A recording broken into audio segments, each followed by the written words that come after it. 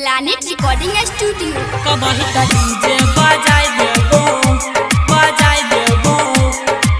लगन में शादी रचाई लेबो हमारा आगे छौरी बना ले भतार हेगे कट जेतौ जार। हमारा आगे छौरी बना ले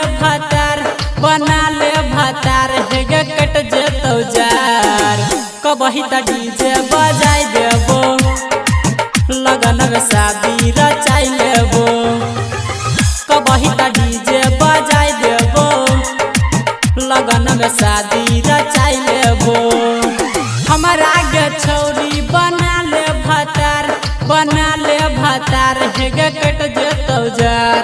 हमारा आगे छौरी बना ले भतार हेगे कट जेतौ जार। कबही त डीजे बजाई देबो लगन में शादी रचाई लेबो। कबही त डीजे बजाई देबो लगन में शादी रचाई लेबो कबही त डीजे बजाई देबो लगन में शादी रचाई लेबो अभी आप सुन रहे हैं प्लैनेट म्यूजिक की शानदार प्रस्तुति। कबही त डीजे बजाई देबो लगन में शादी रचाई लेबो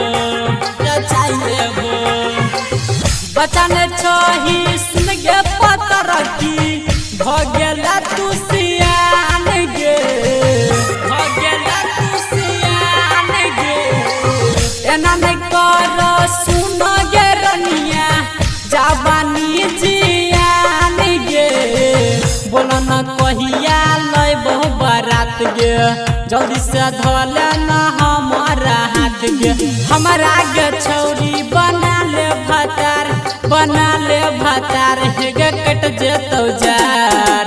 कबही त डीजे बजाई देबो लगन में शादी रचाई लेबो।